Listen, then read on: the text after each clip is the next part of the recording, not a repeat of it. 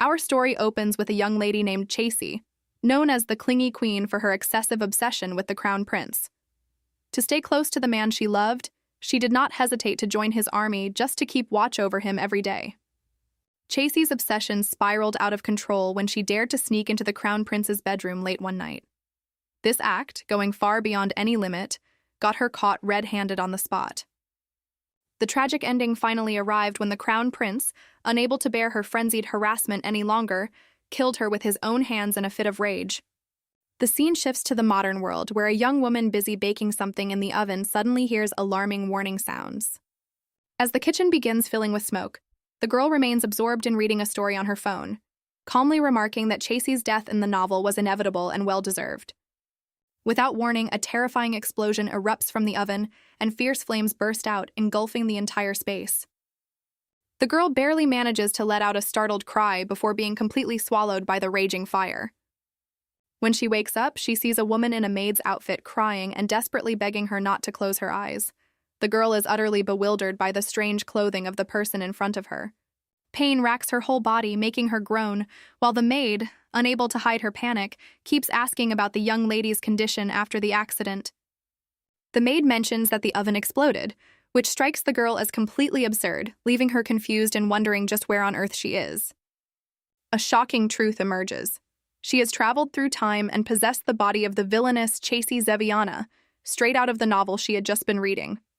Sitting in the bath while the maids attend to her, she feels her future has become hopeless, as if her life is already over. The more she thinks about it, the more discouraged she feels, realizing she has become Chasey, a character whose fate was already sealed to die young and tragically. The maids begin to panic, realizing there is not a single decent dress left in the closet for their young lady to wear. The reason is that Chasey used to be so obsessed with chasing after the crown prince that she completely neglected her wardrobe, leaving her old dresses ruined or worn out. An eager maid brings out several carefully selected new dresses, but this new version of Chasey feels something is off and asks them to wait a moment. The maid excitedly shows off provocative outfits, which used to be the young lady's favorite style. The maid keeps urging her to pick whichever dress she likes best to wear. Standing before the grandeur of the mansion, Chasey still hesitates, wondering whether her decision to change herself is truly the right one. The maid is utterly astonished, since the young lady once swore she would never wear anything different, yet Chasey now bluntly declares that the old dresses are simply too dreadful for her to wear anymore. She decides to completely change her style and firmly orders the maid to throw away all of her old, gaudy, revealing outfits. This leaves the maid frozen in shock, unable to believe that her mistress, once so stubborn about her fashion taste, has done a complete 180. The maid quietly watches her mistress's retreating figure, her mind full of unanswered questions. Yet moments later, she feels a wave of relief, believing that her young lady has finally come to her senses and returned to normal. Chasey suddenly turns back to give one more important instruction, something she wants the maid to prepare for her right away. Meanwhile, word of Chasey blowing up the oven and ruining all the food spreads quickly among the soldiers. The soldiers gossip noisily, torn between worry over an empty stomach and dread over what troublesome scheme their young lady might pull next. A soldier suddenly freezes when he notices a figure approaching from a distance. It is none other than Chasey, but she appears with an entirely different air of confidence, dressed in a crisp military uniform, her poised stride drawing every eye toward her. Her stunning transformation in both looks and demeanor leaves onlookers utterly stunned, unable to believe their eyes. She stops in front of the Crown Prince's office and takes a moment to admire the grandeur of the place. Based on the original novel, she knows this is exactly where the prince works, and also the very place where he will kill her at the age of 18 for her obsessive stalking. Chasey turns to ask Emily her actual age at this moment, which sends the maid into a panic, fearing her mistress has lost her memory from hitting her head too hard. Emily, close to tears, reminds her that the young lady just celebrated her 15th birthday not long ago amid much joy. Hearing this, she breathes a sigh of relief, realizing she still has 3 years left to change her fate and avoid that deadly ending. Inside the office, Crown Prince Raven is reviewing a report about the oven explosion and Lady Chasey fainting while cooking. Raven coldly asks whether anyone else was hurt besides her, and is told that no one else was affected. Upon hearing the answer, he casually mutters, "Good," making it clear he has no concern whatsoever for whether she lives or dies. His subordinate looks somewhat startled and flustered by the prince's overly heartless reaction. The prince's gaze remains cold and full of disdain every time the name Chasey comes up. He reminds his deputy commander that he had better get used to the environment of the distant army soon enough. Raven also asks whether the deputy commander has ever had the chance to meet Lady Chasey. He gives a sincere piece of advice. It is best to avoid her as much as possible to steer clear of needless trouble. The deputy commander takes the warning seriously, understanding that this is someone he must be especially cautious of. Raven describes her as someone who can be recognized from a distance by the strange, ominous aura surrounding her entire body. He recalls a horrifying memory of when she once offered him waffles that, despite their name, contained not a trace of actual waffle flavor. The Crown Prince flatly states that every time he sees that woman's face, he feels nauseated and exhausted.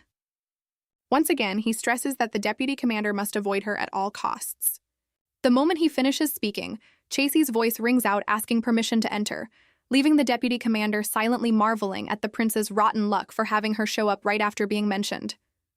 Raven coldly grants permission, and the office door slowly opens. The deputy commander steels himself, trying to maintain a dignified posture to face the monster the prince just warned him about. Crown Prince Raven flashes a meaningful smile, saying he will personally introduce this person to his subordinate. In the deputy commander's mind at this moment, Chasey looms as the most terrifying monster in existence. Yet what appears before them is a strikingly beautiful, graceful young lady in a military uniform who gently greets the Crown Prince. This drastic change leaves Crown Prince Raven wide-eyed, completely speechless. The deputy commander also falls into an awkward daze, his face blank since the person before him is nothing like what he had imagined. Chasey smiles radiantly and politely announces that she has come to escort the two of them to dinner. Both the prince and the deputy commander are utterly stunned, only able to gasp in astonishment at this unexpected invitation. She maintains her gracious manner, reminding them that dinner is already prepared and waiting for them. In truth, the distant army faces a serious problem. They have no professional cook whatsoever. Every soldier in this army has only been trained intensively in combat, making cooking an absolute nightmare for them. Their cooking scenes look no different from a battlefield, with someone once chopping clean through a cutting board while trying to cut with a knife. They are so clumsy that instead of cracking an egg into a bowl, they end up cracking it on a comrade's head, leading to scenes both hilarious and disastrous. They have even managed to turn an ordinary gas stove into what looks like a flamethrower, scorching everything within sight. The result of all their cooking efforts is always the same: plates of charred, rock-hard food that is utterly inedible. The maid is completely astonished to witness Lady Chasey demonstrate flawless knife skills and cooking technique. Chasey calculates quietly that since this bunch is quite picky about food, blowing up the stove again and running away would only put her in greater danger.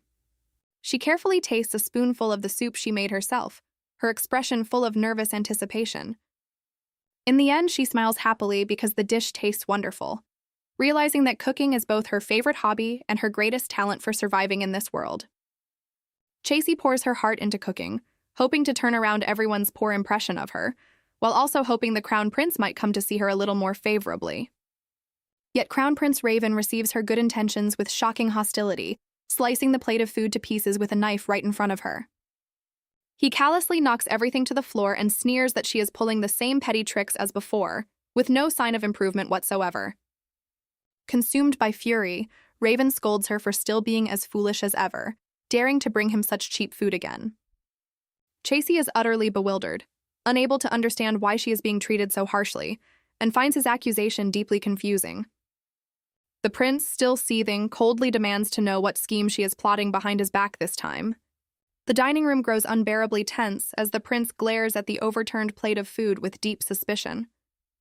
Chasey lowers her head, her legs trembling, but she forces herself to stay calm under the prince's overwhelming pressure. To prove the food is not poisoned, she abruptly picks up a piece and eats it, leaving the prince utterly stunned.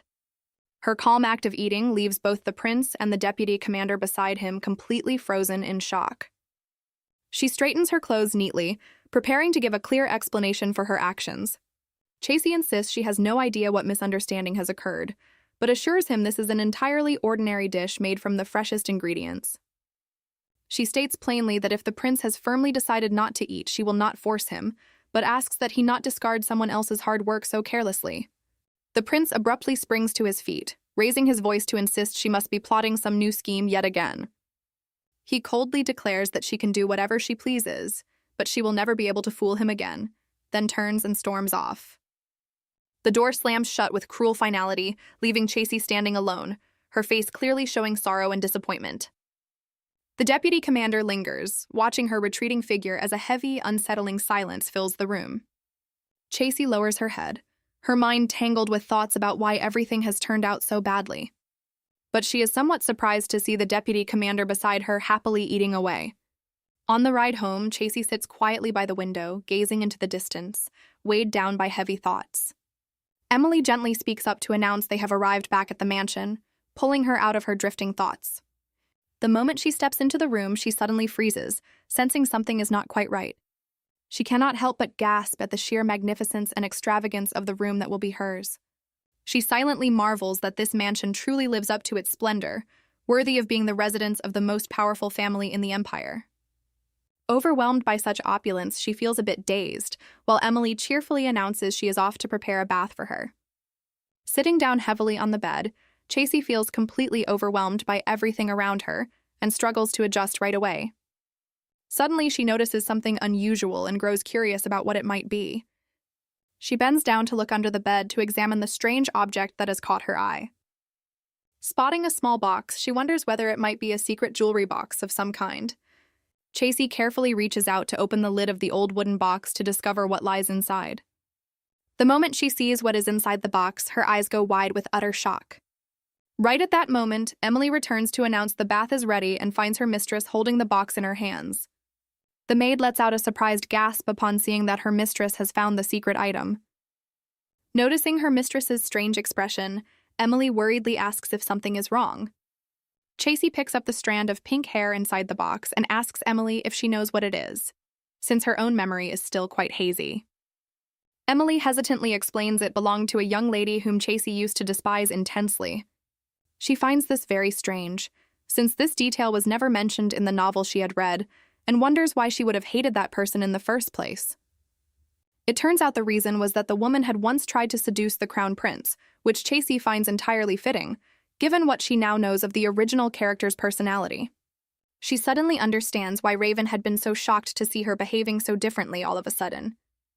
Chasey mutters that she should find a chance to apologize to that woman, leaving Emily so stunned she can hardly believe her own ears. Emily reveals the shocking truth that the woman passed away long ago, leaving Chasey frozen in disbelief. She begins to spiral into confusion, wondering just who she really was in her past life. Emily explains that this was no ordinary incident, since the entire kingdom knew that woman to be an extraordinarily disturbed person. According to the story, that woman had secretly slipped an aphrodisiac into the crown prince's food and was caught red-handed sneaking into his bedroom. Chasey recalls that in the original novel, she herself was supposed to be the one who did that. But Emily says that back then she had been furious and even demanded to kill the woman with her own hands, calling it an unforgivable crime. In the end, that woman, rejected and humiliated, drank poison and took her own life right in front of the prince, an act Chasey has to admit was madness on an entirely different level. She realizes that although the original character had a reputation for obsessive stalking, she never went to such an extreme. And more importantly, the story's plot has now completely changed. The story moves into a new chapter as everyone begins to notice that the meals Chasey prepares perfectly suit the soldiers' taste. The deputy commander reports to the prince that, from now on, the young lady will continue overseeing meal preparation for the army. Raven coldly tells his subordinate to relay that she can do whatever she wants. He no longer cares. Still, the deputy commander feels there is something else weighing on his mind that he needs to bring up with the prince. In the kitchen, Chasey continues cooking diligently, quietly thinking that the direction of the novel truly seems to be shifting. She tells herself that if she wants to change the tragic ending awaiting her, she must pour everything she has into what she is doing now. Emily walks into the kitchen with a bright smile, ready to lend a hand. Chasey happily invites the maid to try a bite of the dish she just finished making. Emily praises it enthusiastically, insisting everyone will love it, which gives Chasey hope that the prince might feel the same way. She resolves that no matter what, she will get the prince to try her cooking today. The deputy commander delivers a message from the prince, saying he has officially permitted her to manage the army's meals. Just as Chasey feels a surge of hope, the deputy commander hesitates and adds the word, however. The harsh truth is that the prince has declared he will not touch a single bite of food as long as she remains in the kitchen. Hearing this, she feels utterly discouraged and wonders if he is planning some kind of hunger strike just to spite her. She realizes that their relationship has already become such a disaster from her past stalking behavior that a simple apology will not be enough. To prove her sincerity and seriousness, she decides she must do something truly different and decisive. The deputy commander is astonished to see the young lady's attitude shift so suddenly, turning unusually resolute. Chasey clearly declares that from this moment on, she too will refuse to eat anything at all. This declaration leaves the deputy commander stunned, unable to understand why she would make such a reckless decision. With fierce determination burning in her eyes, she insists she cannot stand by and watch the prince suffer from starvation. Yet in truth, her hands are trembling, and she secretly fears she will starve before the prince ever agrees to eat a single bite. Watching the prince still training vigorously in the yard, she cannot help but wonder how he manages to maintain such abundant energy on an empty stomach. The silver-haired girl feels her head spinning and tells herself she needs to find somewhere quiet to rest. A wave of dizziness blurs her vision, her violet eyes showing clear signs of exhaustion. Unable to keep her balance any longer, she staggers, nearly collapsing to the floor. At that very moment, a firm hand suddenly reaches out and grips her shoulder tightly. The one holding her up is none other than the prince, his sharp gaze fixed on her. She starts to thank him but freezes in shock upon recognizing who he is. She is utterly baffled, wondering how he could have been standing so far away just moments ago, yet appeared right beside her in the blink of an eye. The young man coldly asks what she wants and reminds her that this area is strictly off-limits. Faced with his sharp tone, she can only freeze, caught completely off guard. She hastily explains and apologizes, saying she simply lost her balance from a sudden dizzy spell. He looks at her with obvious disdain and remarks that she truly is nothing but trouble. The young man warns her not to misunderstand his act of helping her just now. He states firmly that no matter what trick she might be playing, he will never open his heart to someone like her. Not stopping there, he cruelly goes so far as to call her a murderer. The accusation leaves her stunned, and she begins to sense that there is some terrible secret about her past that she knows nothing about. She wonders what that title could possibly mean, while also puzzling over the young man's strange attire and hostile attitude toward her. He tells her to drop this act of feigned calm at once, since it is far too obvious to be convincing. He snaps at her to just behave the way she truly does, day in and day out. She lowers her head slightly and sincerely apologizes for all her past misdeeds. The young man is left dumbfounded, unable to believe his own ears upon hearing that apology. She firmly promises that from now on, she will never stalk or bother him again. The young man laughs scornfully, doubting how he could possibly believe such an empty promise. She gently reminds him to think back on these past few days, when she has not followed him at all, and assures him this will not change going forward. Faced with her steady resolve, he simply falls silent, watching her with a scrutinizing gaze. Changing the subject, she tries to persuade him to eat at least a little something to keep up his strength. He coldly turns away, dismissing all her efforts as pointless. She points out that a hunger strike only works if he actually values his own health. She warns him that no matter how fine he feels now, if he keeps this up, his body will eventually break down. But before she can finish her advice, she herself suddenly stumbles and nearly falls. The young man is startled to see her stagger and collapse into his arms. In the end, she finally succeeds in persuading the prince to sit down at the table and eat. The prince takes his first taste of the hot vegetable soup that has been prepared. He looks visibly surprised after the first bite, as the flavor turns out to be nothing like what he had imagined. She smiles and remarks that the dish is not bad at all, thanking him for finally agreeing to eat. Afterward, she sits alone, quietly enjoying a cup of tea in the peaceful atmosphere. Yet the phrase murderer continues to haunt her, leaving her mind in turmoil. She decides to ask Emily whether she had ever committed any crime in the past. She clarifies that she means something truly terrible, like killing someone. Emily bursts out laughing, insisting that her mistress could never do such a thing. Seeing that her mistress does not remember, Emily offers to recount some of her past habits to put her mind at ease. Emily recalls that Chasey used to be deeply afraid of bugs, but could never bring herself to kill them, always ordering the servants to catch and release them instead. Back then, she reasoned that killing them would be far more troublesome and unpleasant than simply letting them go. She awkwardly tells Emily that from now on she can handle the insects however she likes. Emily smiles and confidently declares that her mistress is truly a good person who would never wish harm on anyone. She feels a little more at ease and thanks Emily sincerely for the comforting words. A while later, she decides to head into town on her own to buy some cooking ingredients.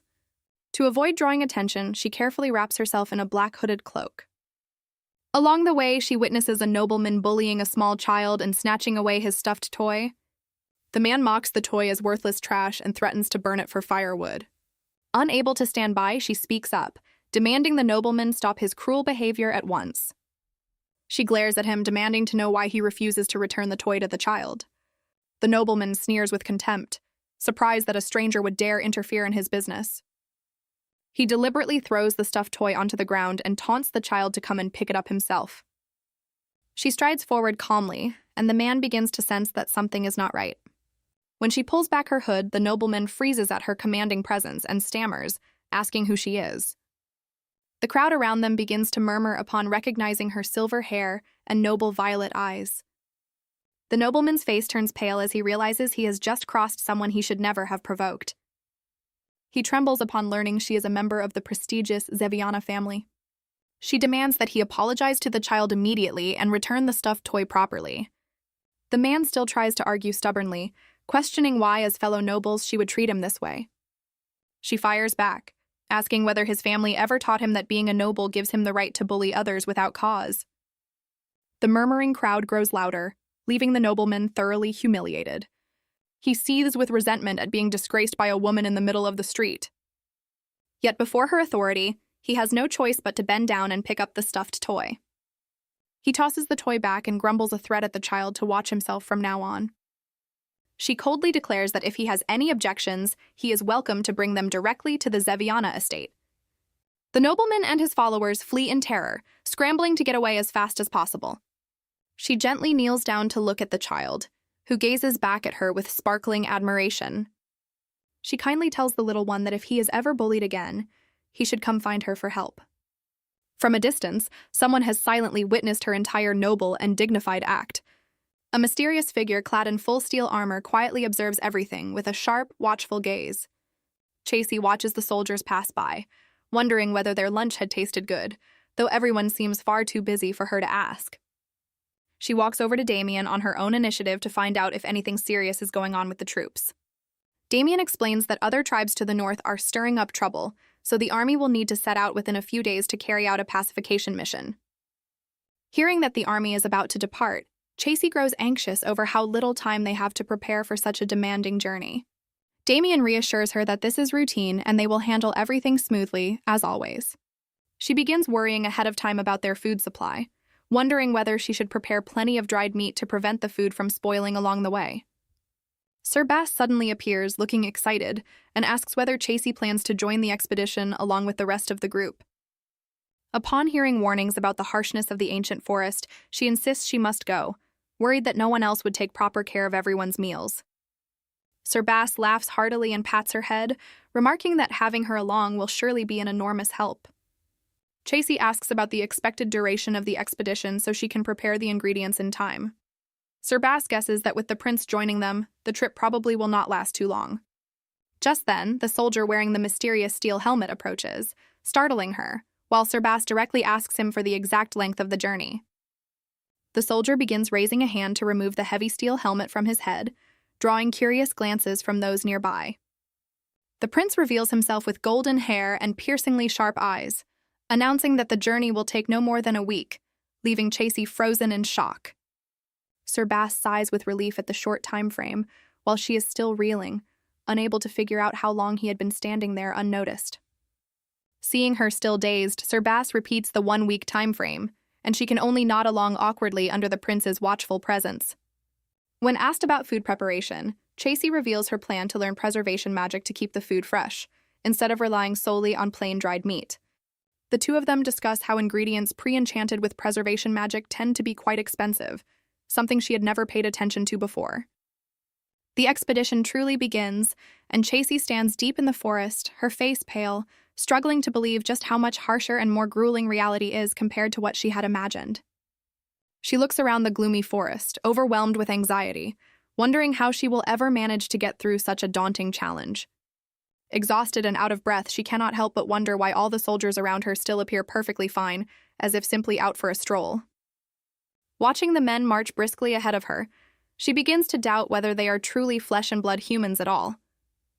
Worn out, she asks Damien whether he could use teleportation magic to send the whole group straight to their destination, just like at the edge of the forest, to spare them from walking further. Damien offers to have someone escort her out of the forest if it becomes too much for her, but she firmly refuses, unwilling to become a burden to everyone else. She tries to carve a path through the tangled vines with a small knife, all under Damien's silent, watchful gaze. Damien worriedly reports to the prince that Chasey is pushing herself too hard and appears to be growing more exhausted with every step of the journey. He hesitantly asks the prince whether they should simply let her struggle on her own in such an exhausted state. Instead of answering directly, the prince gives Damien a meaningful look and asks since when he started caring so much about someone else. Realizing he has overstepped, Damien quickly bows his head and apologizes for showing excessive concern for the young lady.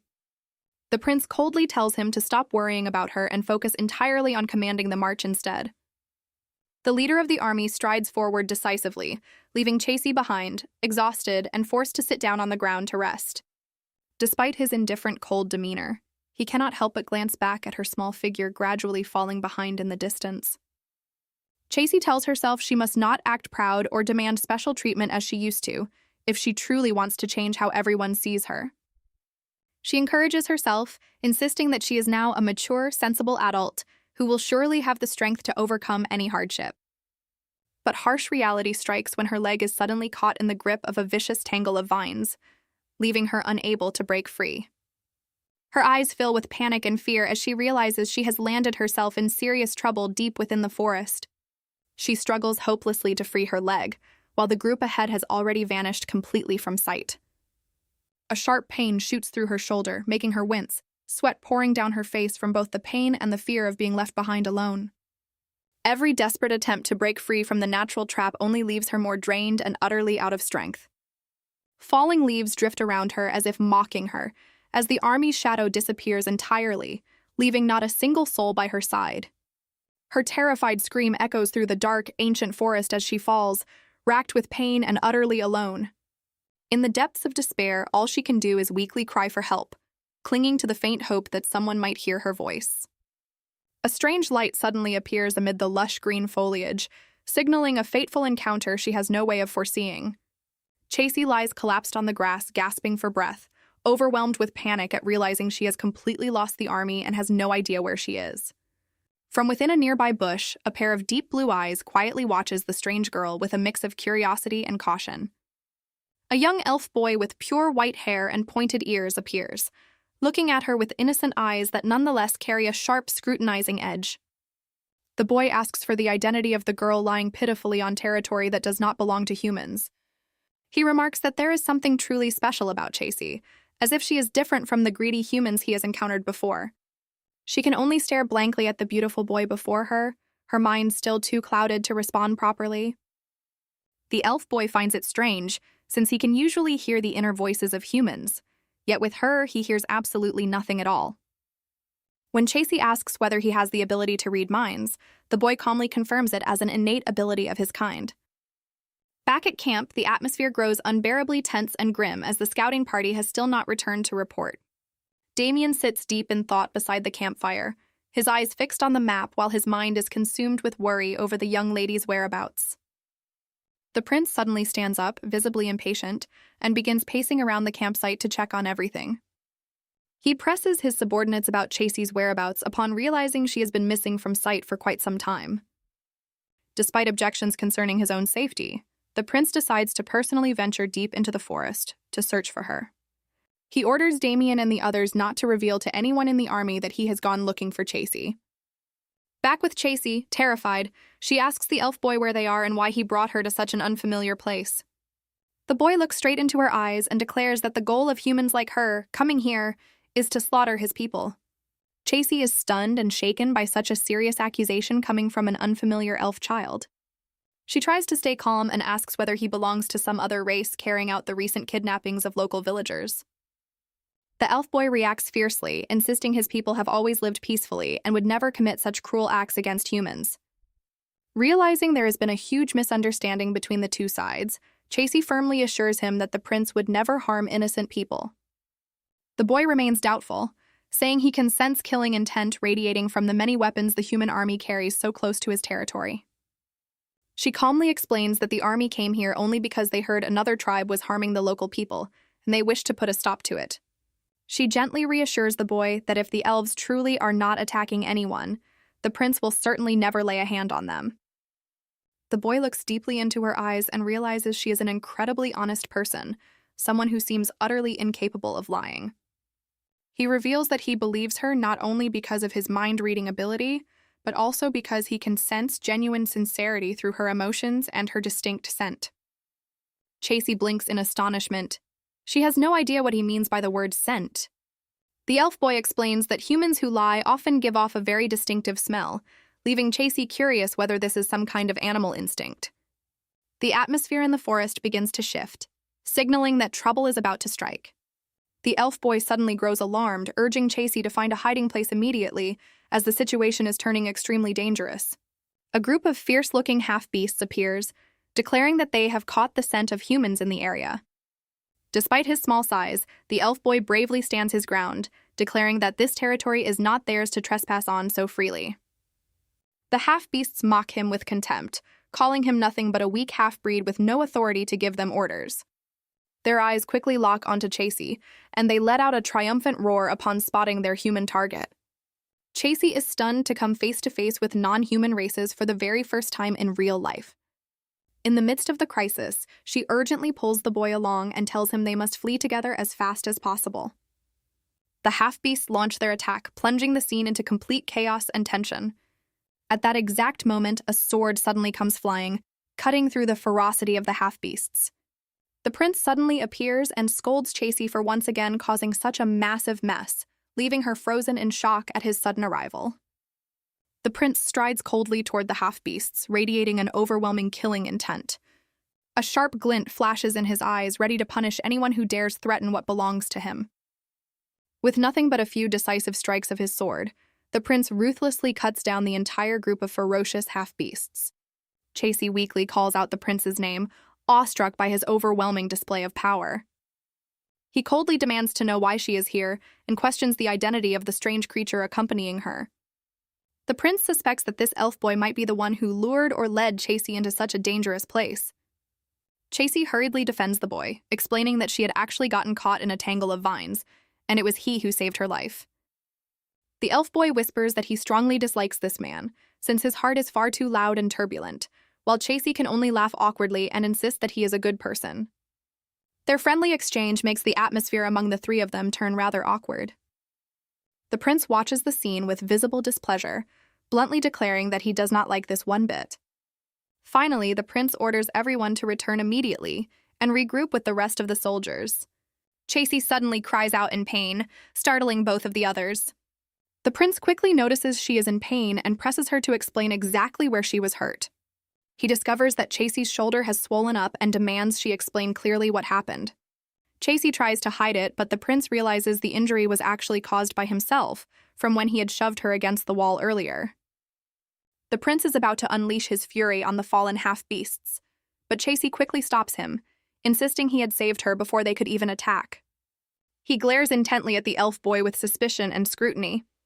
Chasey asks the prince to put the boy down, and only then does the boy, still fuming, introduce himself as Zephy. The prince still refuses to let it go, continuing to press her to confess the truth about who hurt her shoulder. When Chasey lies that she was simply injured while exercising, the prince immediately exposes her clumsy attempt at deception. He mocks her for once, lecturing others about health while constantly oversleeping herself, leaving her thoroughly embarrassed at being called out. Chasey feels flustered, not knowing what to do, unwilling to let the atmosphere between them grow any more awkward. The prince declares that he is not someone with the patience to wait around. He begins using his authority to force Chasey to confess the truth immediately. The pressure from the prince fills Chasey with a strange, overwhelming wave of fear. Flustered, she finally admits that it was because he had gripped her shoulder tightly and shoved her against the wall that she got hurt in the first place. The revealed truth leaves the prince frozen, overwhelmed with guilt. Chasey realizes he had just used a spell of compelling truth to force her confession and silently blames him for playing dirty. It comes as a genuine surprise when someone as proud as the prince sincerely apologizes, leaving Chasey stunned. She freezes for a moment, unable to believe her own ears upon hearing him apologize. The prince insists this injury cannot be taken lightly and promises to arrange proper treatment for her the moment they return to the palace. Chasey gently declines, saying that simply seeing a doctor or a priest should be enough for her to recover soon. Still uneasy, the prince tells her that if the pain worsens, she must let him know right away. She bows her head slightly, thanking him for his unexpected and heartfelt concern. Zeffy clears his throat to draw the attention of the two of them. The elf boy irritably demands that the prince put him down on the ground immediately. The prince gives the boy a sharp warning glare before finally letting go. Zeffy lands safely on the ground but still shoots an annoyed glance at the prince. The moment he is free, the boy immediately runs to Chasey, seeking her protection and comfort. Zeffy's excessive affection toward Chasey leaves the prince thoroughly irritated. Chasey wonders about the healing abilities of the elf race that she once read about in books. Zeffy notices how much her shoulder hurts and offers to use magic to heal her right there on the spot. The prince immediately snaps at him to stop, ordering the boy not to touch her. Zeffy fires back, saying he is only trying to heal the wound that the prince himself caused Chasey. The elf boy warns her she might feel a slight tingling sensation before he begins focusing to cast the spell. A stream of magical light envelops Chasey's shoulder under everyone's watchful eyes. The healing process unfolds in a silence full of anticipation from all three of them. The light gradually fades away from Chasey's shoulder. Zeffy suddenly looks puzzled, realizing that even though the magic reached its target, the wound shows no sign of improvement at all. Chasey smiles reassuringly, suggesting that perhaps her body is simply resistant to magic, all while privately wondering why this development differs so much from the original novel. The prince tells Chasey to just leave the boy behind so the two of them can head back to the army. Zeffy panics and clings to them, pleading desperately not to be left alone in this forest. The boy insists he has an extremely important secret that both of them absolutely need to know. Zeffy officially reveals that his true identity is the supreme leader, uniting all the half-beast tribes in this forest. Both Chasey and the prince are utterly stunned by this shocking revelation about the child's true identity. Zeffy sadly admits that since he has not yet completed his coming-of-age ceremony, no one in his tribe is currently willing to listen to him. He begins to reveal the real reason behind the half-beast tribe's uprising and the deeper cause that has drawn the prince to this forest. Zeffy bows his head, admitting that he himself is the true source of all the trouble unfolding here. The boy earnestly asks to borrow Chasey's strength to carry out a ritual, hoping it will help protect both the forest and its people from further harm. Raven stands beside them, watching Zeffy with a suspicious, unfavorable expression. The prince immediately refuses without a moment's hesitation. Raven explains that it is their absolute, unbreakable rule not to interfere in internal affairs or trespass on the territory of other races. Still, Raven turns to ask Chasey about the necessary conditions for carrying out the ritual Zeffy just mentioned. Zeffy hesitantly reveals that to come of age, he needs to be recognized by the elf god, but that very god has been refusing to grant him recognition. Chasey, surprised, asks why a child like him would be denied acceptance by the god of his own tribe. The elf boy says sadly that the reason lies in the fact that he is only a half-elf. Zeffy confesses that he is of mixed blood, carrying the lineage of both elves and another race, which is why he is often called a half-breed. But then the boy suddenly brightens, insisting there is still one way left to resolve this predicament. He believes that if he gets married, the god might change his mind and finally recognize him as truly grown. Both Chasey and Raven freeze, speechless at the boy's audacious idea. Zeffy suddenly drops to his knees, takes Chasey's hand, and clearly proposes marriage to her right there on the spot. A dead silence falls over the awkward scene as Raven and Chasey can only stare at each other, dumbfounded. Zeffy stresses that if he cannot come of age, this forest will remain trapped in danger forever, and everyone will suffer because of him. Raven flatly speaks up in protest, declaring he will never approve of such an absurd marriage. Chasey, on the other hand, feels her heart soften at the boy's pitiful, pure, and endearing appearance.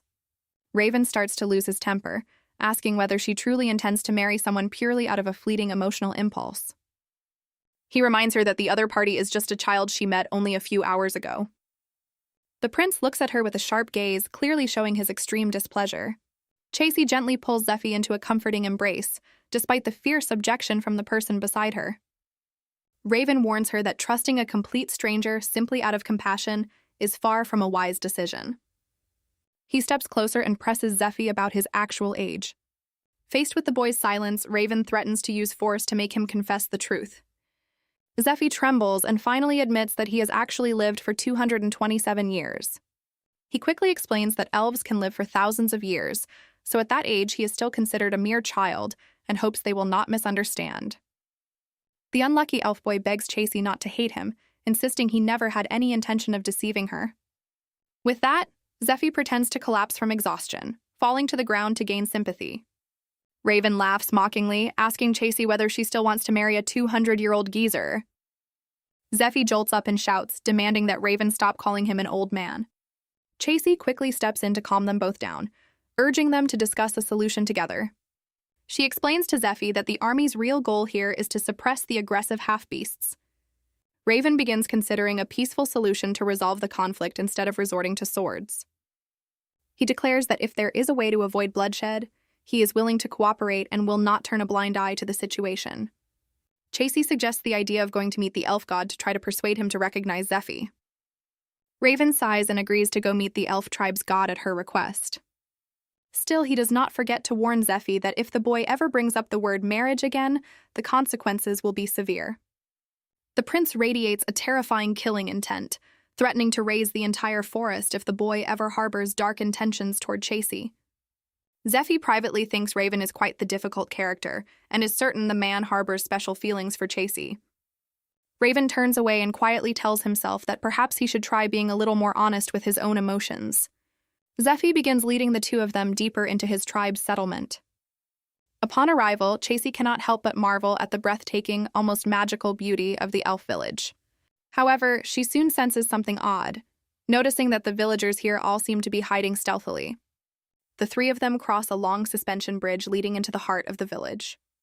Raven explains to Chasey that these elves are genuinely terrified of humans. She wonders why they harbor such deep fear that they feel the need to hide like this. Raven speaks gravely, recounting how long ago, humans once committed brutal massacres against the half-beast tribes.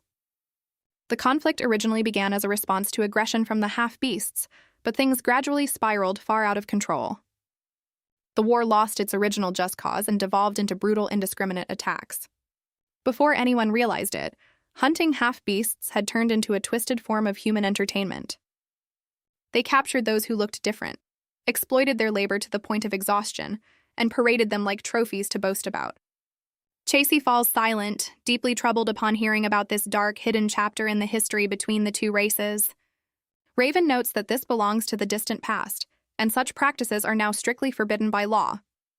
Still, he also reveals that wealthy nobles continue to secretly trade half-beasts behind closed doors. Chasey suddenly realizes this is exactly why the character Raven in the novel harbors such deep hatred for the nobility. Raven glances at Chasey as if trying to gauge her reaction to these harsh truths. Zeffie stands silently, watching the two of them, seemingly carrying his own private thoughts as well. Chasey approaches an elf hiding behind a tree and gently greets them. A small, timid elf girl peeks out shyly to look at the strange human girl. Zeffie quickly speaks up to reassure his people that Chasey is an incredibly kind and gentle person. Chasey feels a little embarrassed, not wanting to become the center of so much attention. Her actions begin to break down the wall of fear among the villagers. Seeing this, other elves gradually begin to emerge from their hiding spots as well. A curious elf child approaches and asks if she is truly a human. Chasey smiles and confirms it, assuring the child that she is not as frightening as they think. The child, gazing at her with admiration, feels that this girl radiates a strange sense of warmth. The children crowd around Chasey, praising her sweet scent and beautiful hair, and even ask to braid it for her. Chasey eagerly pulls out some cookies to share, and the elf children are absolutely delighted with this unfamiliar treat. Chasey offers the elf children a taste of the sweet, fragrant cookies she brought along. The children eat happily, repeatedly praising how sweet and delicious the cookies are, filling the atmosphere with joy. Raven and Chasey watch the children from a distance, Raven's gaze thoughtful as he looks at the girl beside him. The elderly elves nearby begin to talk among themselves, remarking that Chasey radiates a pure energy and treats the children with remarkable gentleness. Chasey sits down to play with the children while someone else approaches from nearby. The children gather around her, cheering excitedly as they watch Chasey's hair shimmer as if touched by magic. She smiles brightly as the children praise her hair for being beautiful, soft, and wonderfully fluffy. An elderly elf with a long beard steps forward, introducing himself as the village elder, and politely asks for the human girl's identity. Chasey quickly bows respectfully and introduces herself as Chasey Zeviana. The village elder studies her closely, then praises the peaceful, pure energy radiating from her, a rare quality among humans. Touched by his sincere praise, she can only scratch her head bashfully and thank the elder. The village elder clears his throat and asks again to confirm whether she truly wishes to meet the elf god. Chasey clearly affirms that she genuinely wants to help the tribe, which is why she hopes to meet that god.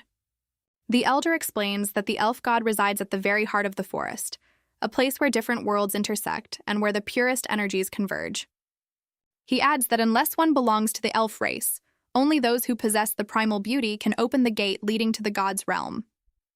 Raven listens intently to the explanation, murmuring the phrase primal beauty to himself with a deeply thoughtful expression. Zephy encourages Raven, assuring him that Chasey will surely be fine since she is remarkably pure, quite unlike someone else he could name. Raven and Zephy resume their intense staring contest, clearly still unable to get along with each other. The village elder appears alongside a priestess.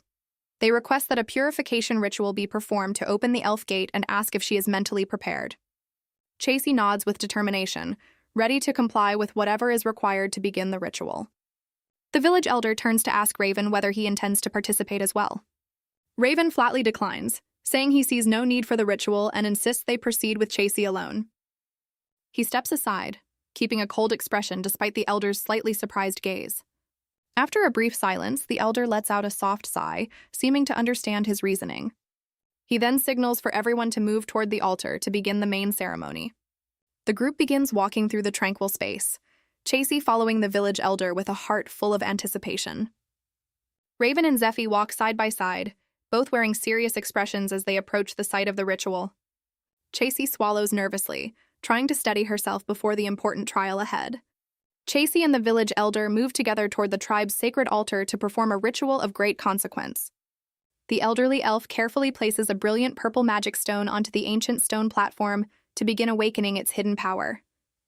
Everyone present, from the dignified Prince Raven to the members of the elf tribe, watches with intense focus as the ritual unfolds.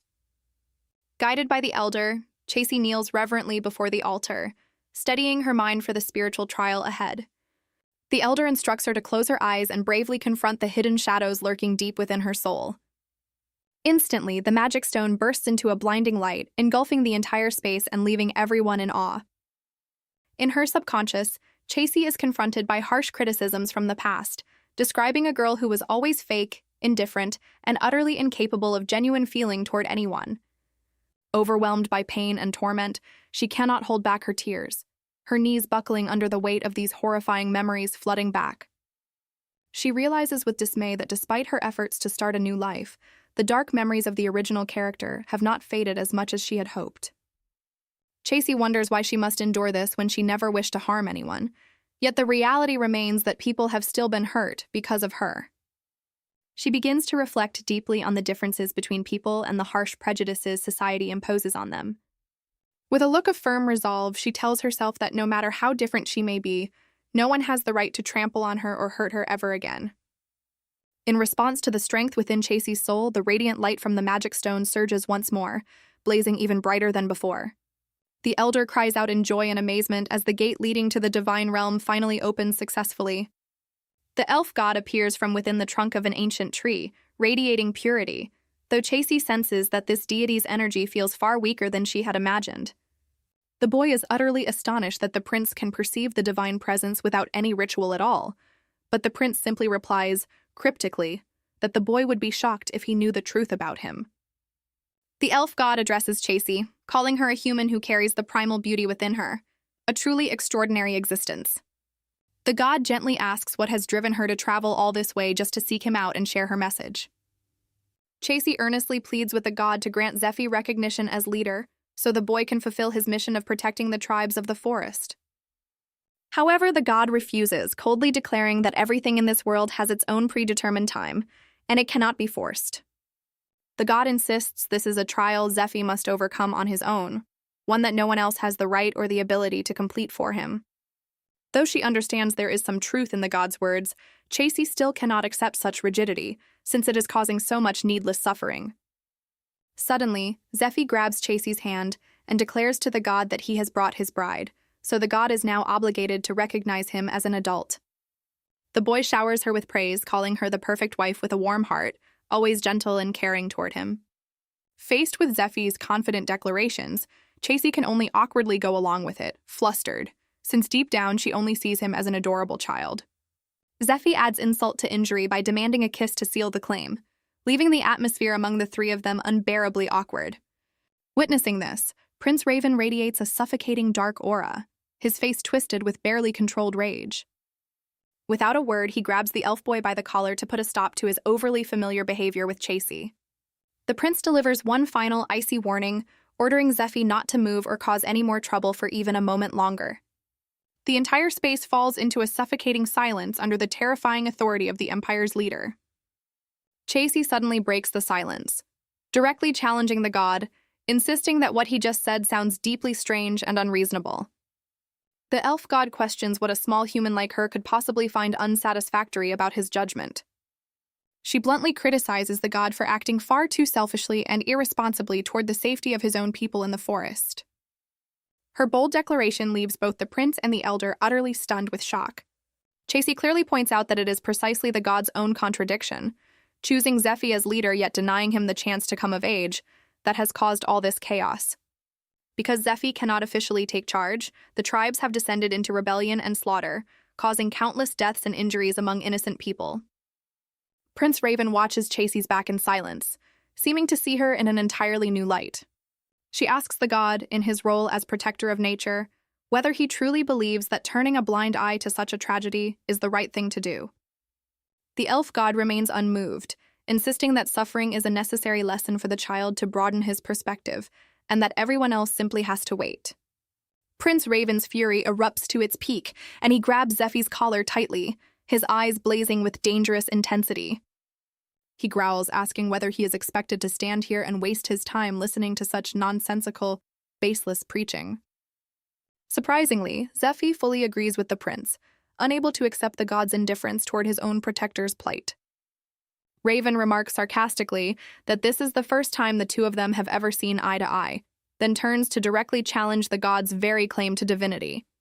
He warns the god that if he wishes to test someone, he should do it quietly deep in the forest, instead of putting on such a display right in front of him. As the prince of the empire, Raven declares he will not tolerate anyone who behaves like an irresponsible bystander. He orders the god to recognize Zephy as leader immediately, or else witness a catastrophic outcome.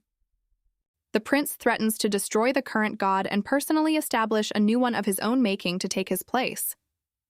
The elf god is stunned by the sheer arrogance of a human daring to challenge the very laws of nature itself. Raven laughs coldly, sneering at the so-called power of nature that the god has always taken such pride in. He challenges the god to a contest of strength, to see who truly holds power closer to the origin of this world. A dark, menacing aura erupts violently from the prince, creating a crushing pressure that bears down on everything around them. Everyone present trembles, not even daring to breathe deeply under the terrifying energy surging through the air. A massive dark silhouette looms behind Raven, a testament to his destructive power and unrivaled status.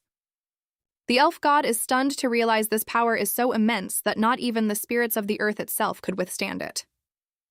The prince coldly tells the god he may continue his lecture, but only after kneeling down to apologize to him first. Overwhelmed by such crushing authority, the elf god cannot stand his ground and collapses to the earth in utter humiliation. In the end, the god has no choice but to concede, declaring that the coming-of-age ceremony will proceed exactly as requested. The god promises to bestow his blessing upon Zephy, filling the boy with overwhelming joy, while the elder remains too stunned to speak. With the conflict finally resolved, the elf god gradually dissolves into the air, restoring peace to the forest. However, Prince Raven begins to show signs of exhaustion, breathing heavily from having used far more power than his body could handle. Chasey rushes over anxiously to check on him, but the prince's expression at this moment looks utterly terrifying. He abruptly shoves her away and shouts at her not to take a single step closer. Raven's sudden change in attitude leaves Chasey stunned, unable to understand what she did wrong to provoke such a violent reaction. In Raven's chaotic mind, the image of the present-day Chasey suddenly blurs together with a haunting vision of a cruel woman from his past. The prince's eyes turn bloodshot with pain, as if he is fiercely battling to keep the darkness within him from consuming him entirely. He keeps muttering, begging Chasey to stay away from him before he completely loses his mind and does something terrible. In his moment of losing control, Raven unintentionally unleashes a powerful burst of energy that repels everything around him, including the very girl worried about him. The elf tribe members can only watch in horror as the terrifying disaster unfolds right before their eyes. A massive magical explosion erupts, sending up a thick cloud of dust that blinds everyone present. In the end, Chasey lies motionless on the grass after the impact, while the prince's anguished cries, calling her name, echo throughout the dark forest. Raven looks visibly panicked and shaken after accidentally unleashing his power and causing such a massive incident. He gasps out Chasey's name, his eyes filled with anxiety and guilt. Zeffy frantically embraces the unconscious Chasey, repeatedly calling out for her to wake up. Everything gradually settles down as the earlier tension begins to fade away. Chasey stirs gently and wakes up amid the anxious voices calling out to her. She realizes Zeffy is right beside her, his eyes lighting up with relief at seeing her safe. When she asks what happened, Zeffy sadly explains that Raven suddenly lost control and knocked her out cold. Fragmented images of the blinding light and the moment of the attack begin to resurface in Chasey's mind. She feels a surge of frustration, silently thinking that all of this pain is entirely his fault.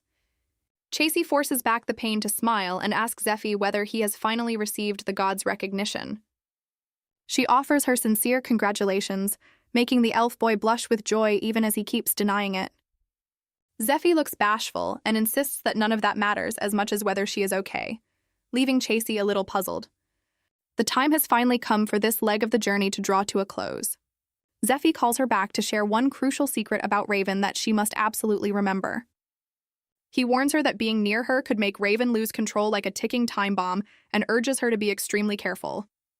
Chasey quietly walks away while Zeffy keeps shouting after her, reminding her not to forget what he said. She feels foolish for thinking that years of deep-seated hatred could vanish so easily.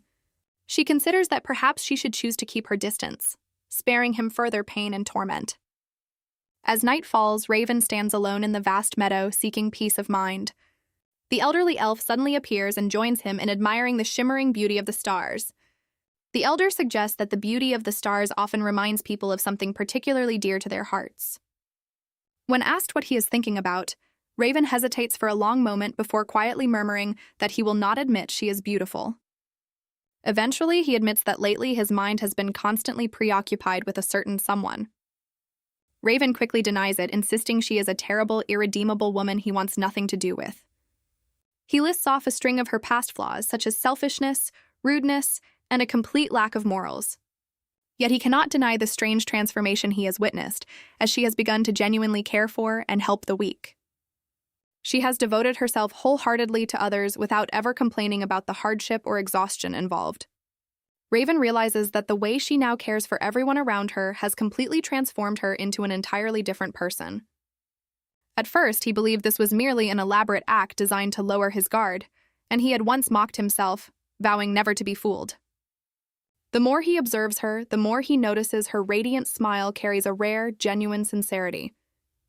Though he still harbors doubts, this transformation has continued to stir his heart in ways he cannot ignore. The prince realizes he has begun to yearn and hope that all these wonderful changes are truly real. He fears that if she reverts to her old self, his pain will be far greater than anything he has felt before. Raven feels a sense of relief, as if finally able to breathe again upon seeing someone change for the better, yet he still wonders if this feeling is fair. He insists to the elder that these emotions are not romantic feelings, but merely the pain of someone carrying a psychological scar. The elder repeats the condition that one must possess the primal beauty in order to meet the god. Raven is startled, realizing the elder seems to have seen right through the vague thoughts stirring within him. the elder asks whether he has ever truly reflected on the real meaning of beauty. He explains that true beauty is found when a person lives authentically, true to their own nature. When one finds balance and harmony in simply being themselves, everything becomes whole and beautiful. The elder smiles and asks Raven whether he considers that a wonderful definition of beauty. Raven realizes that someone who possesses primal beauty is someone who always lives naturally and with genuine sincerity. A sudden flash of insight widens his eyes as he grasps an important truth. He is struck by the realization that the kind, good-hearted person she is now is actually Chasey's true nature. The elder assures him that the chance of her reverting to her old, wicked self is extremely low, easing Raven's mind. Together, they gaze up at the breathtaking night sky, admiring the beautiful stars. The next morning, with the help of the elf tribe, the army smoothly prepares to make their way back to the palace. Zeffie sobs and clings to Chasey, unwilling to let her go, while Raven grumbles that she is being far too indulgent toward the boy's selfishness. Chasey pats his head to comfort him and promises she will definitely come back to visit him someday soon. The two of them seal the promise with a heartfelt pinky swear.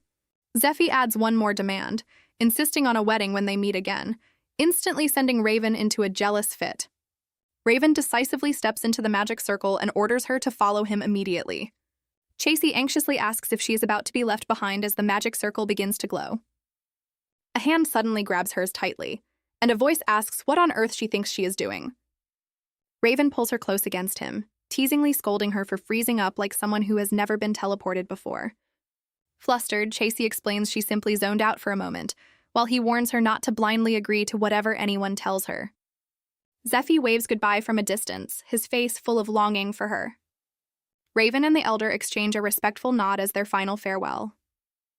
Both of them bow solemnly to bid farewell to the elf tribe before fully taking their leave.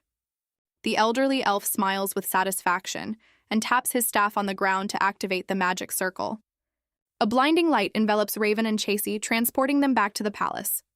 The two of them land in the royal garden, and Chasey, unused to teleportation, collapses onto the ground the moment they arrive. Raven immediately teases her clumsy landing, asking if she has gone weak in the legs from hitting her head.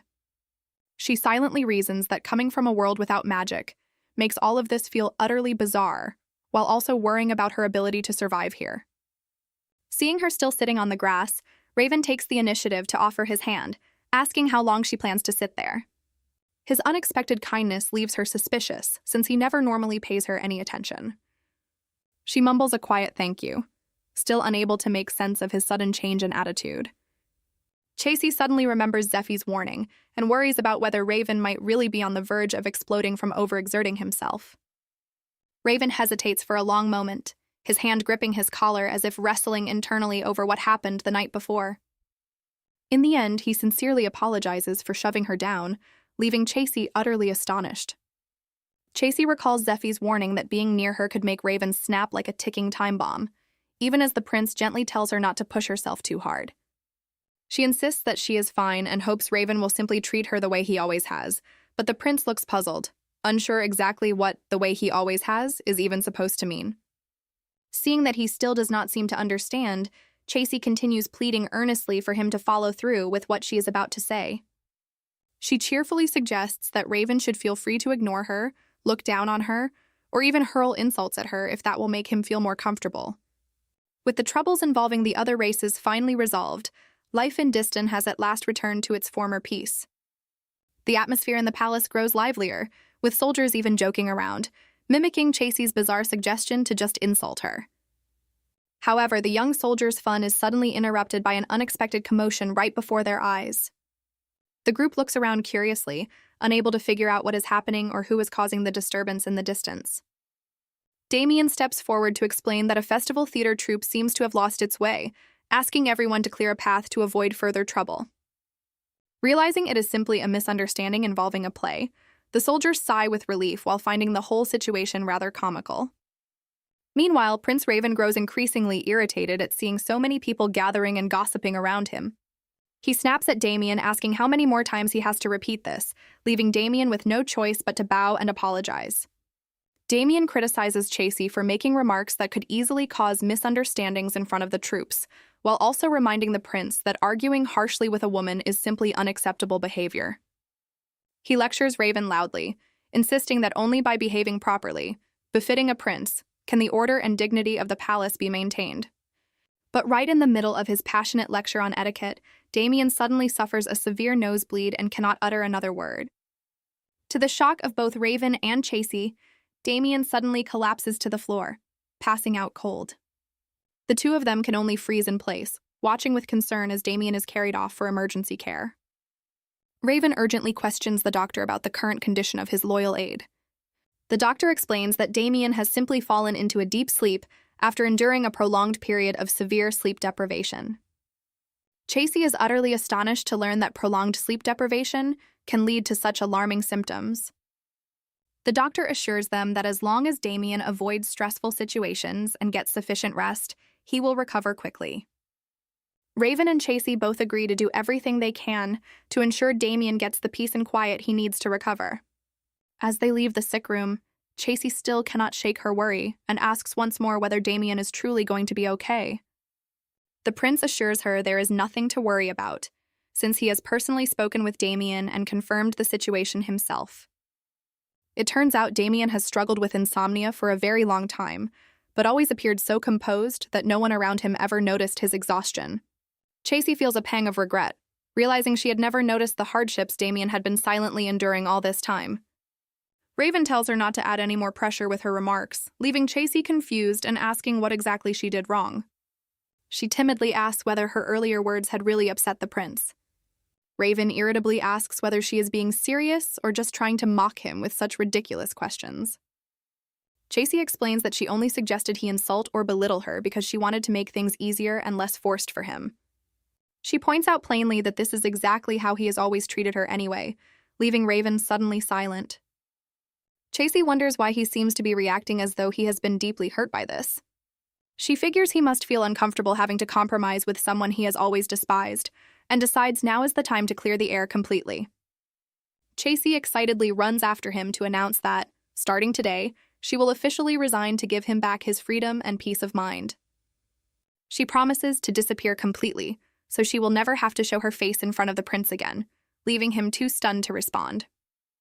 She smiles happily, convinced this is the best way to set Raven free, wondering why she did not think of it sooner. But her joy is short-lived, as Chasey suddenly remembers the kitchen and worries about who will take over the cooking if she leaves so abruptly. She hesitantly suggests continuing to work for just a little while longer, until the palace finds a new cook to replace her. Raven turns and walks away, not without remarking that she truly remains as selfish as ever, unchanged. He coldly tells her to do whatever she wants, leaving her standing there, overwhelmed with confusion and unease. Chasey senses that the atmosphere has grown strangely tense, feeling that things are not unfolding the way she had planned at all. She has the distinct feeling that she has said something wrong, causing some kind of hurt to the prince, even though she never meant any harm. The magnificent Diston Palace stands as peaceful as ever, even as emotions run high among the characters within. Along the way, Chasey runs into some familiar soldiers and cheerfully greets them. The soldiers, looking sheepish, ask each other where Chasey had just disappeared to, even wondering aloud if they had seen a ghost in broad daylight. Raven suddenly appears behind them, startling the two soldiers as he presses them about this talk of a ghost roaming the palace. The two men frantically deny it, insisting it must have been their imagination that made them think they saw Chasey, when it was really nothing but an illusion. Raven replies thoughtfully that he understands the situation well enough and will not pursue the matter further. Elsewhere, Chasey sighs with relief at having just avoided the prince, having deliberately chosen the spot farthest from his office, yet still nearly running into him. Recalling Zeffie's comparison of Raven to a ticking time bomb, she tells herself it is best to maintain a safe distance for both their sakes.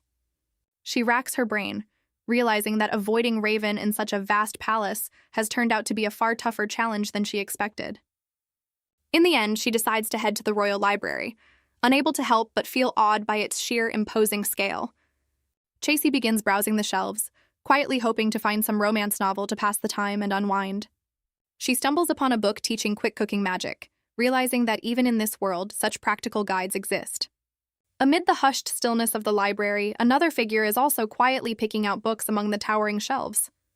Through a gap between the bookshelves, Raven unexpectedly spots Chasey standing on the other side.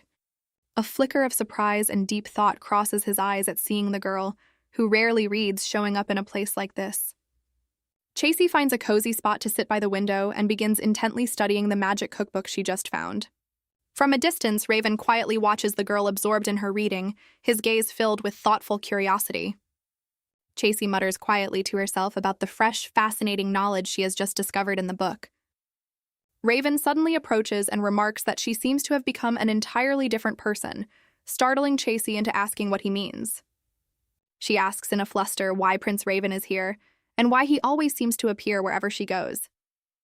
Raven, puzzled by her overreaction, asks whether he is not even allowed to be in the library. She explains that she is simply curious, while Raven admits this is the first time he has ever seen her actually pick up a book and read it seriously. Chasey eagerly explains that she is learning cooking magic to make food preparation and preservation easier and more convenient. Raven expresses confusion over why she is putting in so much effort and dedication when she has already announced she is about to resign. He looks straight into her eyes and presses her for the real reason behind this effort to change herself. Chasey smiles brightly and insists that since this is her job, wanting to cook better and faster is simply the natural thing to do. Hearing such sincere words, Raven smiles faintly and replies that he now understands her intentions a little better. A red-haired girl named Rosalind suddenly appears, flashing a mysterious smile upon spotting some familiar faces. Rosalind looks quite astonished to run into both Prince Raven and Chasey together in a place like this. She politely greets them after such a long time apart. With a curious expression, Rosalind giggles and asks what secret the two of them could possibly be discussing all alone like this. She remarks again on her surprise at finding both the prince and the young lady together at the library at the same time. Rosalind adds that the two of them being alone in such a dim, secluded spot could easily lead to gossip if someone happened to spot them. She asks whether he is genuinely worried about that, but he simply replies calmly that he does not care much either way. Using the excuse of being busy, Prince Raven quickly makes his exit, leaving the two women alone together. Rosalind immediately turns to check in on Chasey, assuming her friend must have felt terribly lonely without her all this time. Chasey wonders to herself just who this overly familiar stranger is, then awkwardly asks how long it has actually been since they last saw each other. Rosalind scolds Chasey for abandoning her for 3 whole months to go traveling, pouting as if she feels their friendship has been forgotten. She remarks that Chasey's current outfit and makeup make her look so different that she almost did not recognize her. Rosalind leans in close to study the change in Chasey, while the silver-haired girl still has no idea what is going on. After staring intently for a while, Rosalind smiles knowingly, as if she has noticed something intriguing about her friend. She expresses surprise at finding Chasey in a library, since this place clearly does not sell any dresses at all. Recalling how Chasey used to despise reading and always dismissed books as boring, Rosalind teasingly asks since when her friend became such a diligent scholar. Chasey explains that she found a rather interesting cookbook and wants to study it further, leaving Rosalind utterly astonished. Rosalind laughs, remarking that Chasey has become full of surprises lately, while the silver-haired girl cannot quite tell if she is being complimented or teased.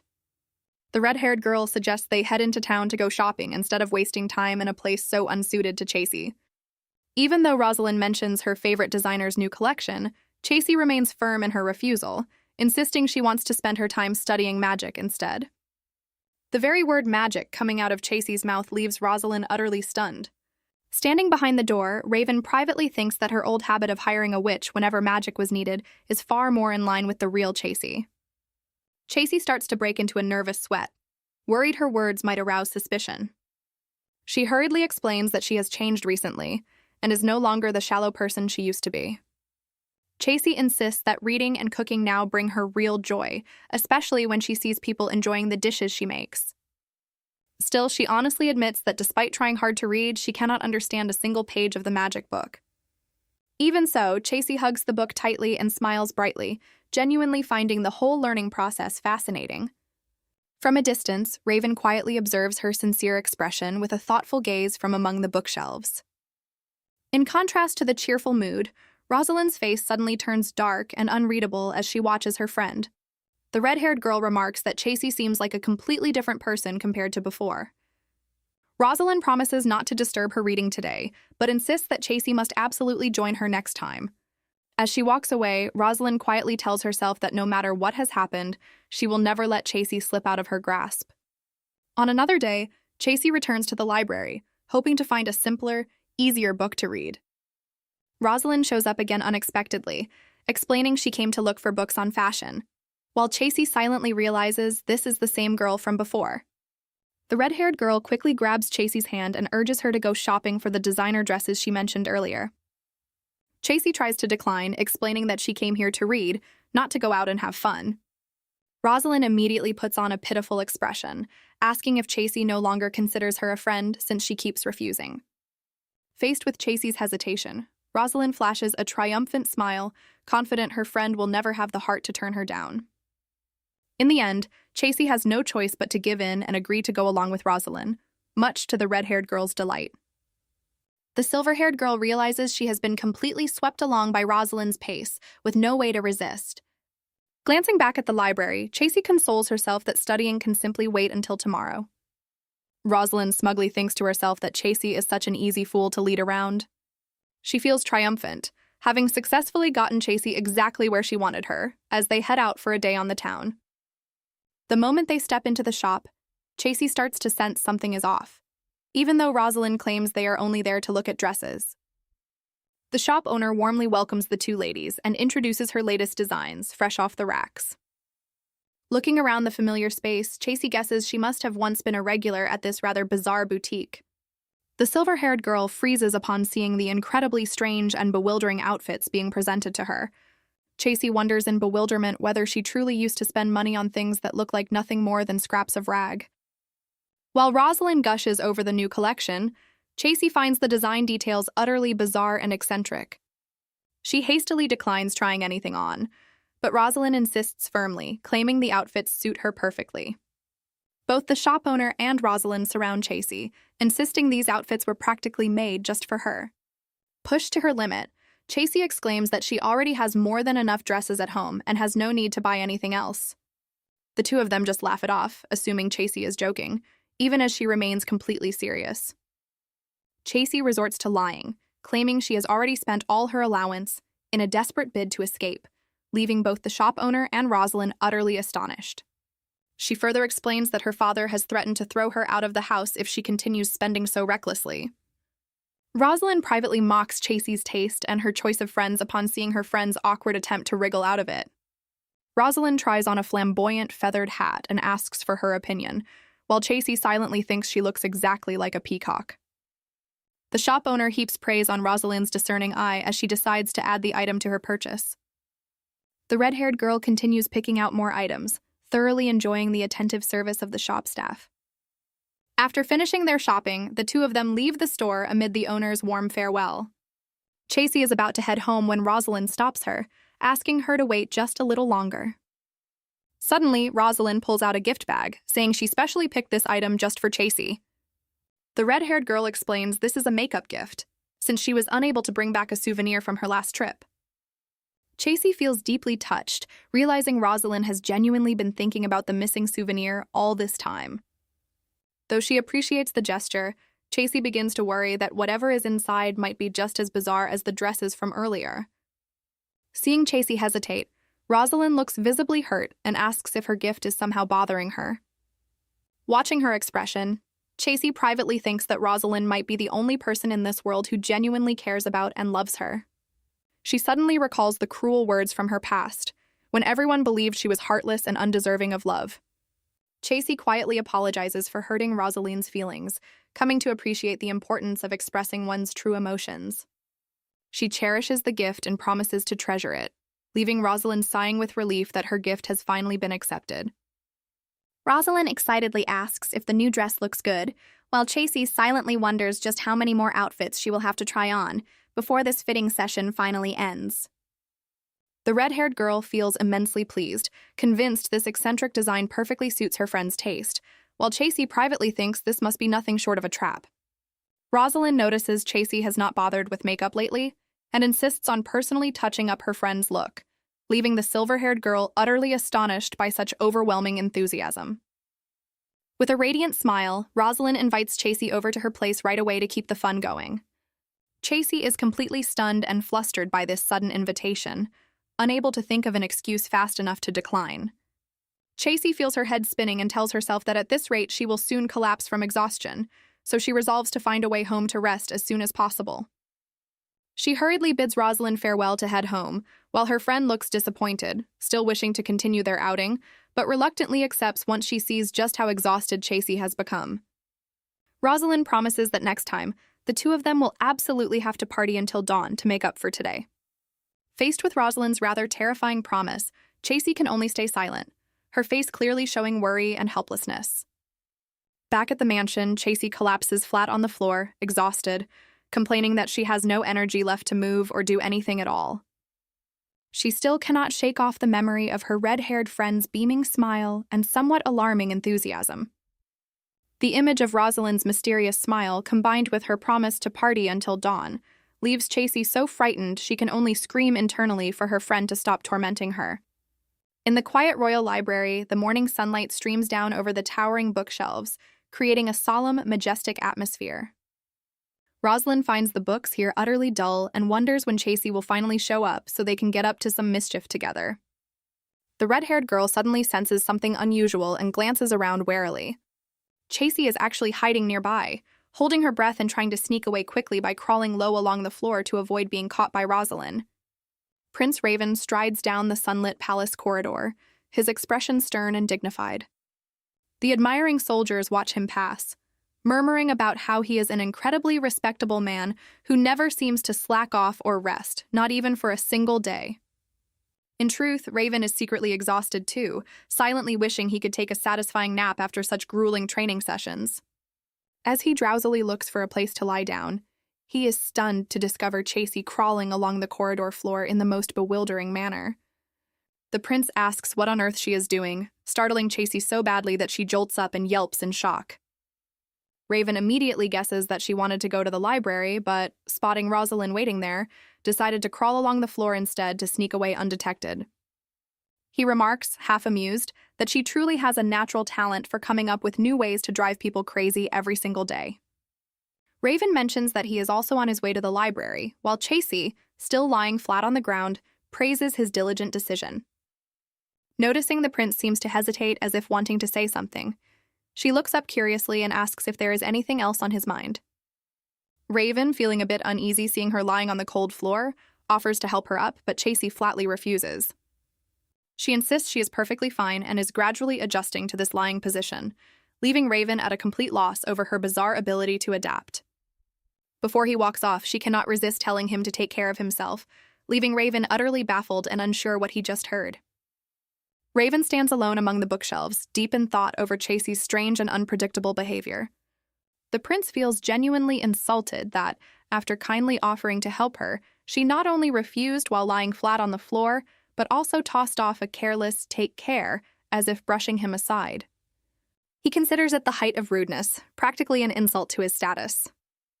His anger flares as he recalls how she once clung to him relentlessly, yet now seems to avoid him as though she despises him. Chasey offers him a tray of cookies, but Raven flatly refuses, saying he is in no mood to eat. She scolds him for always treating everyone like an enemy, and Raven coldly admits that it is because he genuinely despises them. After that harsh remark, the prince suddenly falls silent, quietly thinking that perhaps he should not have said such cruel words in a moment of anger. Just then, Rosalind appears from behind, startling Raven into a sharp gasp. Looking visibly tense, the red-haired girl excitedly boasts that she just baked some cookies and offers the prince a taste to see if they are to his liking. Raven silently watches Rosalind with a sharp, suspicious gaze while she maintains her usual cheerful smile. The heart-shaped bag of cookies looks quite appealing, yet Raven eyes it as if it were some kind of dangerous weapon. The soldiers in the distance gossip about how, right after Chasey complained of hunger, they saw the prince holding a bag of Rosalind's cookies, leaving everyone secretly envious of the attention she received. One soldier tilts his head back and complains loudly about being hungry too, harboring the faint hope that he might receive the same kind of attention from the prince. A strange silence falls over the group as no one bothers to respond to the soldier's ridiculous complaint. Another soldier advises his friend to stop joking around and just eat, figuring the prince is probably far too busy with important matters. The moment he bites into the cookie, the soldier grimaces at the terrible taste, while Chasey privately wonders whether Raven somehow found out that she was the one who sent the happy letter and is now feeding her a bad cookie out of spite. Lost in thought, Chasey is startled when a book is suddenly placed on top of her head, realizing Raven has returned without her noticing. Seeing Raven appear so suddenly, Chasey anxiously asks about the identity of the letter's sender, worried about how the prince plans to punish the culprit. Raven casually suggests they could just behead the person, sending Chasey pale with fear since she herself is the culprit. Noticing her overreaction, the prince bursts out laughing and tells her he is only joking, leaving Chasey sighing with relief as if she had just escaped death itself. Even knowing it was a joke, she still feels a chill down her spine, since coming from someone with real power over life and death, even a joke like that feels far too unsettling.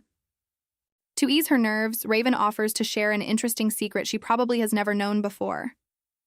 He reveals that this particular spot cannot actually be seen from the library, meaning she never needed to crawl on the floor to hide from Rosalind in the first place.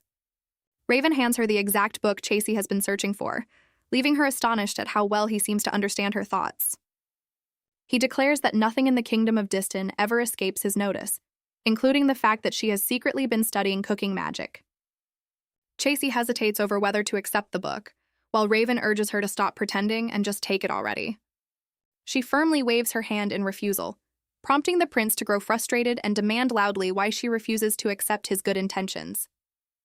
Chasey exclaims that she is trying to maintain distance because being close to the prince right now is extremely dangerous for both of them.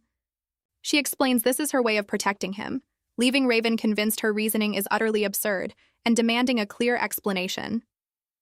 Chasey hesitates, avoiding the prince's gaze with a flustered expression, unsure where to even begin.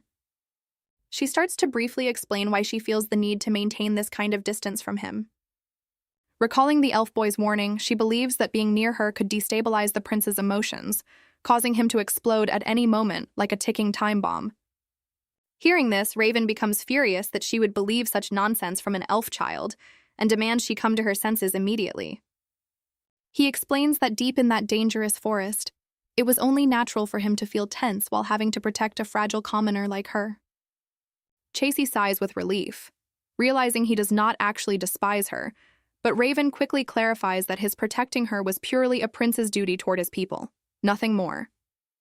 He insists he holds no personal feelings whatsoever and hopes she will not misunderstand, and Chasey happily agrees, finding the clarification a relief.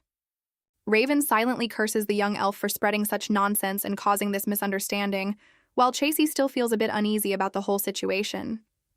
Once the misunderstanding is cleared up, Chasey curiously asks whether this is the only magic textbook available here. She wishes there were more books like this to study, but worries she cannot visit the library often enough without running into Rosalind. Seeing her troubled by this, Raven hesitates for a moment before making an unexpected offer to help the silver-haired girl. He offers to personally bring her more books whenever she needs them, filling Chasey with joy at having successfully found a way to both learn magic and avoid the terror that is Rosalind. Raven asks whether she has ever studied magic before, since he has never heard of it, and she honestly admits this is truly her first time encountering it. Raven curiously asks Chasey why she is drawn to all these books, and when she says she wants to learn magic, he asks in surprise how exactly she plans to do that, leaving her just as puzzled as him. The two of them stand there staring at each other in bewilderment, question marks practically floating above their heads, neither able to grasp the other's intentions. Raven sighs, mocking the idea that someone with absolutely no foundation would dare dive straight into magic, as he asks whether she has ever taken a mana aptitude test. Chasey freezes, her face full of confusion upon hearing this completely unfamiliar concept of an aptitude test. Without giving her a chance to react, Prince Raven immediately orders her to follow him at once to sort this out. Learning magic, as it turns out, is far from simple, always demanding rigorous, fundamental first steps. To begin, Chasey must undergo an important test to determine whether she actually possesses any magical potential at all. Standing before a mysterious door, Chasey timidly asks whether this place can truly measure real power, and receives a confirming nod from the prince. However, Raven notes there is still one important step to complete before the official test can begin. He suddenly steps closer and touches Chasey, causing a gentle light to bloom and envelop her. Chasey is utterly stunned to realize that the persistent ache in her shoulder has completely vanished, as if by magic. Raven reveals that he has been practicing healing magic himself, and promises that once she learns magic too, she will be able to do the same, filling her with excitement. All the preparations proceed smoothly, exactly according to the prince's plan. Raven points to a small stone on the pedestal and asks Chasey to lift it, and she realizes that his earlier healing of her shoulder was simply to set up for this very test. Raven warns her not to take this lightly, since even someone with weak mana would be unable to budge the stone even slightly. Chasey swallows nervously, quietly steeling herself for the difficult challenge ahead. She reaches out, focusing all her attention on the small stone resting motionless on the pedestal. Both of them hold their breath, waiting for the decisive moment to see what will actually happen. To everyone's astonishment, Chasey lifts the stone effortlessly, leaving Prince Raven wide-eyed with shock. She wonders if Raven accidentally gave her the wrong stone since it feels as light as a pebble, but he insists this particular stone has never once been moved from its spot by anyone. Raven begins pondering how the elf tribe's magic also had no effect on her earlier, and a startling theory begins forming in his mind about her unique constitution. Chasey innocently holds the small stone in her hand, completely unaware that she has just accomplished something extraordinary. Raven muses deeply that he needs to arrange more thorough tests to get to the bottom of this mystery. She can only stand there looking dazed, watching the prince with a head full of unanswered questions. A formidable team of mages is suddenly summoned to the palace, filling the atmosphere with bustling energy and pressure. The mages grumble about being dragged out of their laboratories in broad daylight, squinting uncomfortably under the bright sunlight. Witnessing this grand yet unnerving spectacle, Chasey feels a chill run down her spine and just wants to find a way to slip away and escape. Raven reassures her this is simply a routine test, but Chasey counters that summoning an entire team of mages hardly seems simple at all. The prince reveals that his real purpose is to determine what kind of magic, if any, can actually affect her. Chasey is alarmed to realize she has essentially become a test subject for Raven's magical research. The prince calmly admits it with a knowing smile, sending Chasey spiraling into a state of complete despair and numbness. Her face turns ashen, as if her very soul has left her body after hearing the prince's blunt confession. The mages excitedly debate which spells to try, with some even suggesting turning Chasey into a cat or dog to test whether the magic would be nullified. The mages wonder about the origin of these strange magics and question what the prince's true purpose could be in having them do all this. The head mage mutters to himself, wondering whether the prince is trying to research deeper into techniques for nullifying magic. He grumbles that if his subordinates are so curious, they should just go ask the prince directly, since he does not know any more than they do. Raven thanks everyone for their cooperation and asks these top mages to help verify the type of magic he has been diligently researching. The prince's encouraging words and promises of generous compensation leave the young mages deeply moved and full of admiration for him. Fired up with enthusiasm, they resolve to give it their all to prove their true skill in front of him, determined not to disappoint the prince's expectations. The official test begins amid tense anticipation from everyone present. One mage focuses intently, preparing to cast the very first spell directed at Chasey. A spell called Hair Growth is unleashed with full force in hopes of producing some noticeable reaction. Yet the result is an eerie silence as Chasey shows absolutely no change to her body whatsoever. The mages continue trying their luck with a cat transformation spell, but once again the attempt ends in dismal failure. Once more, all their efforts prove utterly futile, as the spell has no effect on her at all. Undeterred, they move on to attempt a spell that turns someone into a man, hoping this might finally turn things around. In the end, all their efforts go to waste, as not a single type of magic manages to have any effect on her whatsoever. Witnessing this strange phenomenon, the mages shower Raven with praise for creating such flawlessly perfect test spells. The prince humbly accepts their praise and signals everyone to disperse, now that the task has been completed successfully. The door closes with a dry, hollow click, restoring the quiet stillness of the room. Raven sighs, exhausted from dealing with so many people, prompting Chasey to privately remark that he really is someone who prefers solitude.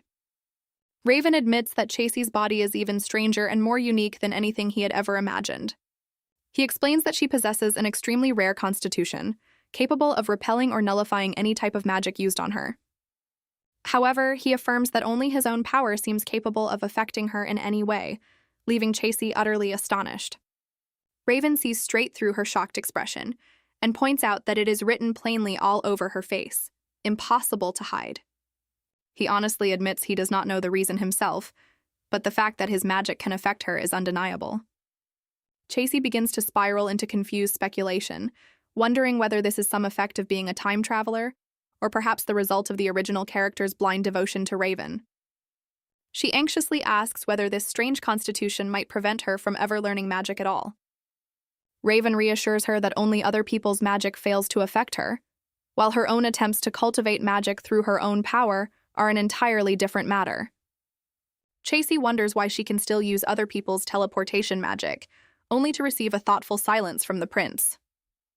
He explains that this kind of magic simply connects two spaces rather than flowing directly through the body to exert influence, which is why she is still able to use it.